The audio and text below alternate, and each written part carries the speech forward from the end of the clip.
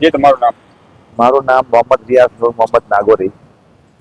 શું ઘટના બની છે તમારી સાથે? ઘટના એ બની છે કે અમારી મિલકતના અંદર છે ને આજે 40 વર્ષથી કબજો જમાવીને બેઠા છે અને એ એકલા હતા અને અત્યારે એની છોકરી ડિવોર્સ લઈને આવી છે, 2 છોકરાઓને લઈને, અને એ જબરજસ્તી અમારા મકાનમાં કબજો કરવા માંગે છે ને એ 2 બચ્ચાને ત્યાં મોટા કરવા માંગે છે ને અત્યારે વારંવાર પોલીસની ધમકી આપ્યા કરે છે અમને કે આ સાહેબને બોલાવીશ ને વાર બોલાવે જ પણ એ 10 મિનિટમાં પોલીસ વાળાને બોલાવી લે છે.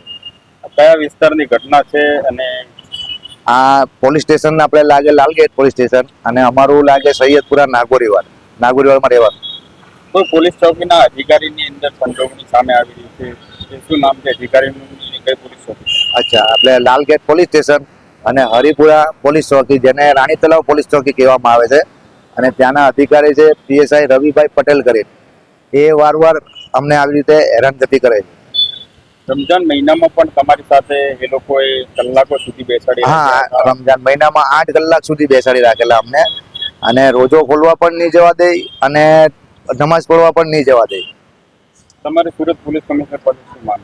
અમારે સુરત પોલીસ કમિશનર સાહેબ પાસે એ માંગ છે કે અમારી પૂર્વજોની મિલકત છે તે અમને પરત અપાવવા વિનંતી છે.